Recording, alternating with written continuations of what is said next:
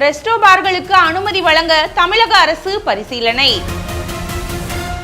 ஆந்திரா, கேரளா மற்றும் கர்நாடகாவை போல தமிழகத்தில் உள்ள ஹோட்டல்களில் ரெஸ்டோ பார்களுக்கு அனுமதி வழங்க அரசு பரிசீலித்து வருவதாக தகவல்கள் வெளியாகியுள்ளன. தமிழகத்தில் 4000க்கும் மேற்பட்ட டாஸ்மாக் கடைகள் மூலம் தினமும் கோடிக்கணக்கில் வருவாய் ஈட்டப்படுகிறது.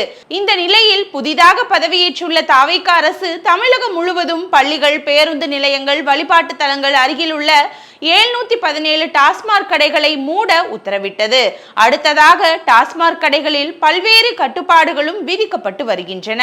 இந்த நிலையில் டாஸ்மாக் நிறுவனம் தமிழகத்தின் முக்கிய நகரங்களில் உள்ள ஹோட்டல்களில் அண்டை மாநிலங்களான கர்நாடகா, கேரளா மற்றும் ஆந்திரா போல ரெஸ்டோ பார்கள் செயல்பட அனுமதி வழங்க அரசு பரிசீலித்து வருவதாக தகவல்கள் வெளியாகியுள்ளன. இந்த அறிவிப்பு வரவிருக்கும் சட்டப்பேரவை பட்ஜெட் கூட்டத்தொடரில் வெளியாகும் என டாஸ்மாக் வட்டாரங்கள் தெரிவிக்கின்றன. தற்போது ரெஸ்டோ பார்களுக்கு தனியான உரிமம் வழங்கப்படவில்லை. இது குறித்து டாஸ்மாக் உயர் அதிகாரி ஒருவர் பேசும்போது, தமிழகத்தில் FL1 உரிமம் டாஸ்மாக் கடைகளுக்கும், FL2 உரிமம் கிளப்பிற்கும், FL3 உரிமம் நட்சத்திர தனியார் விடுதிகளுக்கும் வழங்கப்பட்டு வருகிறது. இதில் பல இடங்களில் FL2 உரிமம் பெற்ற சில தனியார் கிளப்புகள் உறுப்பினர்களுக்கு மட்டுமே மதுபானம் வழங்கி இருந்தாலும் பொதுமக்களுக்கு உணவுடன் சேர்த்து மதுபானம் வழங்கி வருவதாக குற்றச்சாட்டுகள் வந்துள்ளன. இதனால் அரசுக்கு வருவாய் இழப்பு ஏற்படக்கூடும். இதை ஒழுங்குபடுத்த பொழுதுபோக்கு சங்க உரிமத்தின் கீழ் இவ்வகை சேவைகளை அனுமதிப்பதற்கு பதிலாக ரெஸ்டோ பார்களுக்கென தனி உரிமம் வழங்க அரசு திட்டமிட்டு வருகிறது. அதன்படி ரெஸ்டோ பார்கள் அமைக்க FLP உரிமம் பெற வேண்டும். அதே போல FLAA மற்றும் FLA என உரிமங்கள் உள்ளன.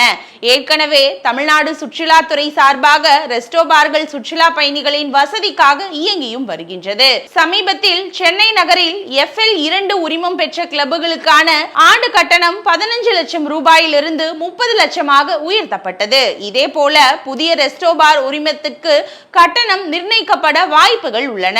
மேலும் டாஸ்மாக் கடைகளுடன் இணைந்துள்ள பார்களின் எண்ணிக்கையை படிப்படியாக குறைத்து அதற்கு பதிலாக உரிமம் பெற்ற ரெஸ்டோ பார்களை ஊக்குவிக்கும் வாய்ப்பையும் அரசு பரிசீலித்து வருவதாக அந்த டாஸ்மாக் உயர் அதிகாரி தெரிவித்துள்ளார். இதனிடையே டாஸ்மாக் கடைகளில் மதுபானங்களின் எண்ணிக்கையை அதிகரிக்கும் வகையில் 54 புதிய உயர் ரக மதுபானங்களை பிற மாநிலங்களில் இருந்து இறக்குமதி செய்வதற்கான திட்டத்தை டாஸ்மாக் நிர்வாகம் வகுத்துள்ளது. இதற்கான இறுதி ஒப்புதல் பட்டியல் விரைவில் வெளியிடப்படும் என தெரிகிறது.